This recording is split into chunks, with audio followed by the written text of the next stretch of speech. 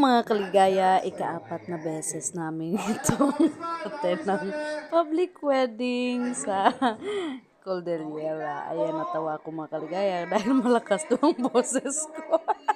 Sa pag voice over nila natin ng ating video for today.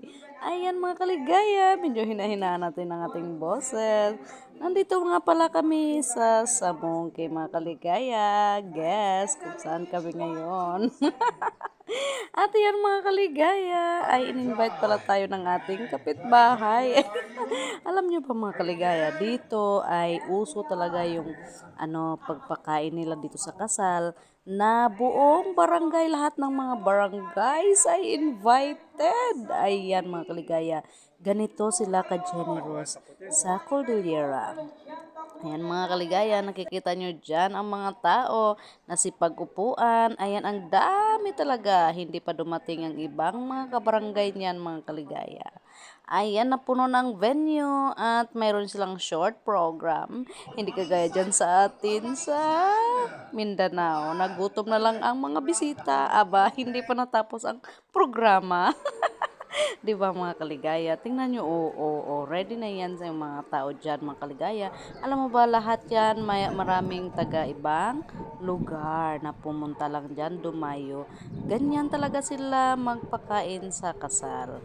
Naku, walang pagbabudget dyan. Mas gusto nga nila na maraming mga tao ang dumayo upang maubos ang kanilang mga hinandang pagkain. At ayang mga kaligaya, bata at matanda, may ngipin man o wala, nandyan sa venue. At ang yan ang aking asawa, sabi niya, halika na dito at i-secure natin ang ating slot sa linyahan. At ayun mga kaligaya, grabe talaga ang init ng panahon. Kung sa Ilocano ay napudot ditoy.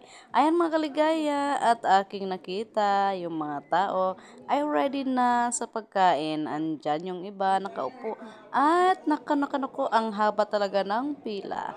Dahil nga ay nag-program sila kaya nag-abutan ang mga tao. Pero usually dito mga kaligaya, aba, pagkadating mo lang sa venue, magpakain na sila. At huli na yung kanilang programa at nauso dito paggabi na ay dyan na ang programa nila. Ayan ang mga ninong at ninang at mga special guest nila. Doon pa sila magbigay ng kanilang mensahe. As you can see mga kaligaya, napakadaming tao. Aba, normal lang yan dito. Yung magsiksikan ang mga tao. Tingnan nyo ayan, at lahat na yan ay makakain kahit marami ang mga taong dumayo. Ayan mga kaligaya, ayan magpa-refill naman si ante. Ang kagandahan dyan mga kaligaya ay meron silang runner kapag nakita nila na naubos na yung iba ay i-refill naman nila yan. Ayan kaya ganyan kaganda mga kaligaya kahit na sobrang kadami ng mga tao. Ayan, probably nasa mahigit 1,000 ang taong dumadayo kapag sa public wedding dito. Pagkatapos mong kumuha ay pwede ka nang umuwi, dala ang iyong ulam. Kaya walang VIP, VIP lahat nakapila.